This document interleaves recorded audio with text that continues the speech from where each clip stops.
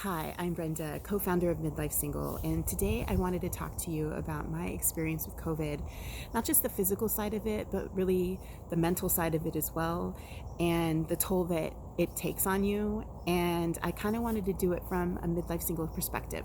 So, back in November is when I think I contracted it, right around Thanksgiving. And I didn't find out about it until December 4th, and in a weird sort of way too. But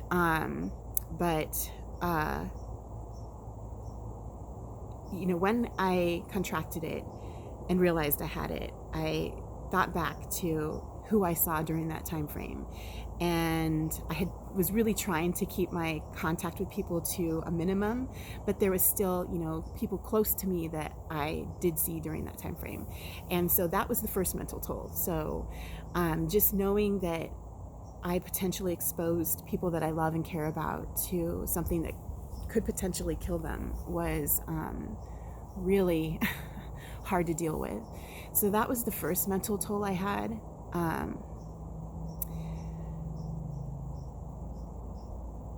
Sorry.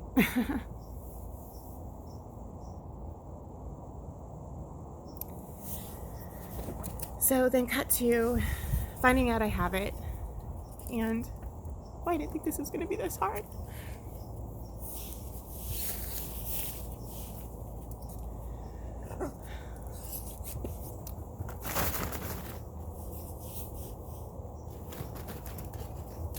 Okay. So cut to when I had it. I didn't really start seeing any symptoms, but now as I look back, there was things that were happening that I just wasn't too in tune with what was going on with myself. And now looking back, I'm like, okay, maybe that was the first symptom and I just didn't realize it. So the day that I found out about it, went home, got into bed, just kind of took it easy. It didn't start really affecting me until that next week. It started with aches, really bad aches in my legs. And it felt like a strategic attack on my system. It just went boom, boom, boom to different parts of my system. And it felt like an attack. So it started out in my legs. Then I got severe diarrhea. I had the cough, which ended up going into my lungs, and I do have an underlying issue of asthma. So that was really scary in itself. So, I'd feel my chest start to burn, and every time I took a breath, it was like, I can't even describe the feeling. I've had asthma pretty much my whole life, and pretty severe asthma, and it just felt like my lungs were being ripped apart. So that was really scary, and knowing that I had asthma, made it even more scary. So, just the thought of, what if I stop breathing? So that was pretty scary to deal with. I'd even sit in bed, and, when I would get out of bed, it was fine if I was laying down, but when I would get out of bed, I would have just an attack. Like, I couldn't breathe. I'd start coughing. Everything was out of control. So I tried to stay in bed and just not breathe too much, which probably wasn't a good thing, but I just was trying not to take deep breaths, because every time I did, I felt like my lungs were on fire. So those were the main symptoms. I didn't lose my sense of smell or taste. I didn't get a fever. I didn't get a sore throat. I had severe fatigue. I was so tired that 1 week. I slept pretty much the whole week. I've never experienced a tired like that. I was nauseous. I couldn't eat anything, didn't want to. I'm still having issues with that. I just don't have an appetite really anymore. I didn't have a sore throat, didn't have the fever like I mentioned. So I could just feel it running through my body. There was also some other sensitivities that I had during that time frame, or loss of senses that I had during that time frame, which was funny because I had posted that I had it after the fact, and a friend of mine reached out to me and said she had it, and we kind of went over our symptoms together, and we both had experienced those same symptoms of loss of sensitivities in different parts of our body, which really no one ever talks about. And so that was a weird thing. So I dealt with it for pretty much that 1 week. So that was the physical side of it. And I'm going to tell you that I don't get sick very often. I'm a pretty healthy person. And this was really something different. My thoughts before getting COVID was, it's just a flu or just a cold.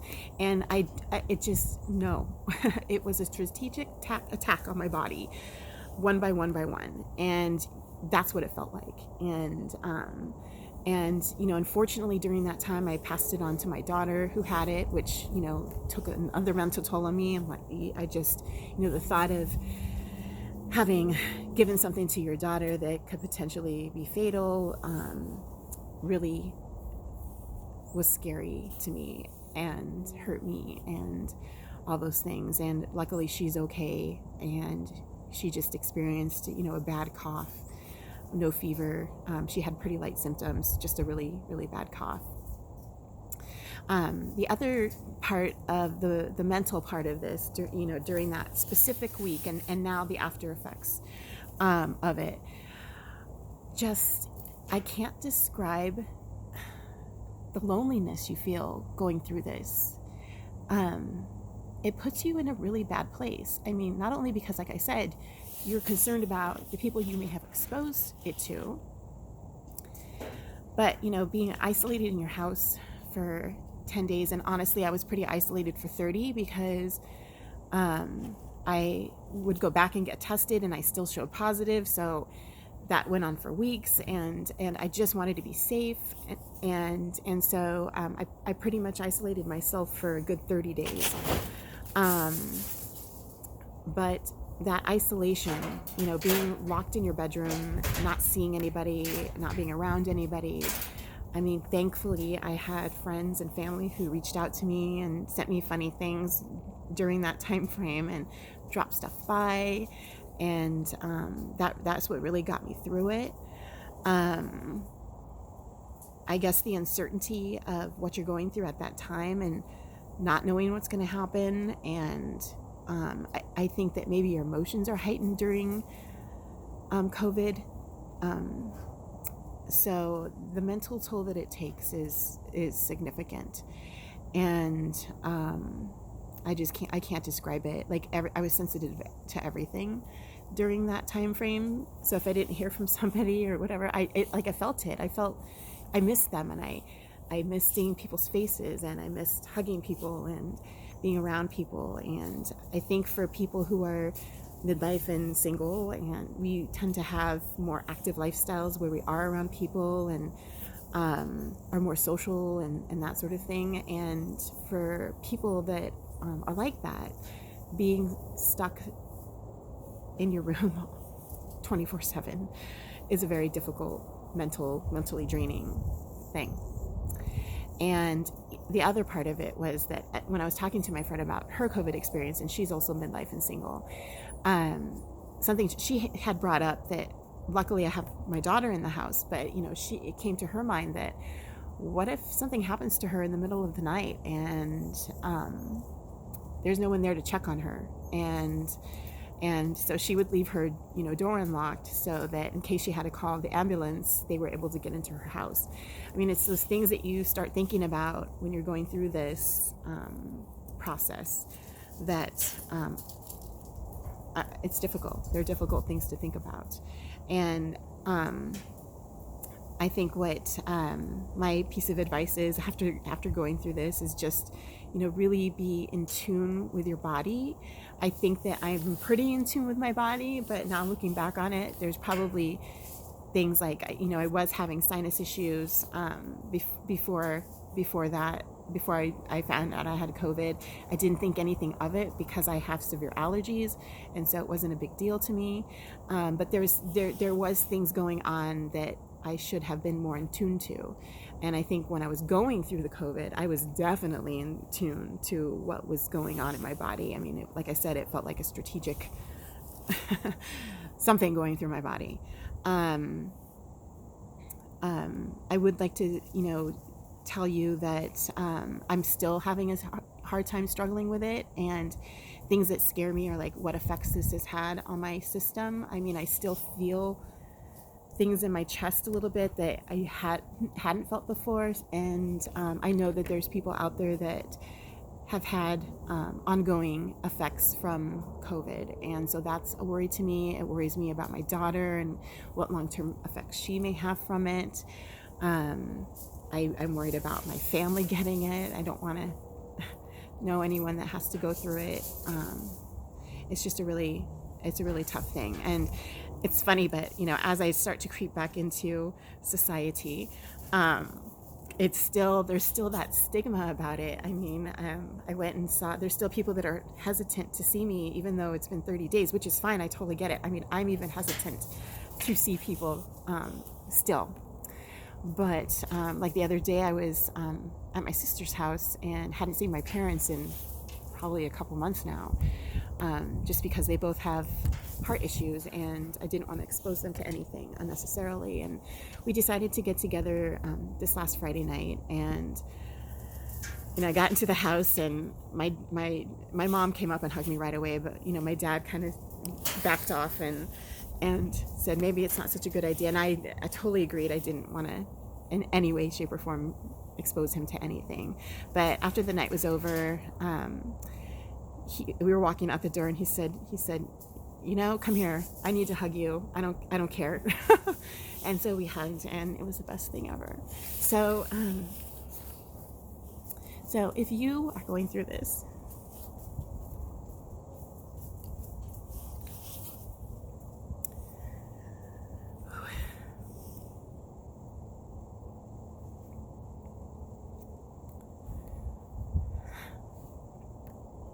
and you need someone to talk to,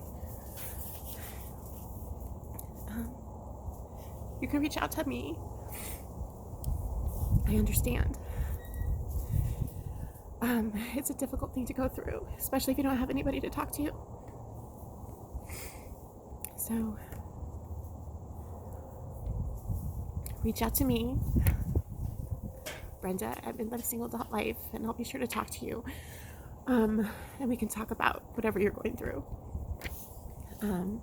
I'll also have some information on this link, and just everybody take care. I mean, I wore my mask. I did everywhere I went. I wore my mask. I would go to the store, and after I went places, I'd try to wash my hands with sanitizer, and I racked my brain trying to figure out how I contracted it. And it really doesn't matter, I guess. Just be careful out there. I honestly feel like I contracted it the day before Thanksgiving. I was at the grocery store and a couple different stores where it was packed with people. And at the time I was thinking this probably isn't the best place to be, but it was Thanksgiving and whatever, had to get a few things done. So I'm thinking that's where I got it. It's really the only explanation that I have, because no one else I know had it that I had been around. So anyway, just take care of yourselves. And like I said, if you need to reach out to someone, I'm here for you. My partner Jason's here for you, and we will make time to talk about whatever you may be going through in this experience. So that's it. That's my story, and I hope you have a great day. Stay safe and healthy.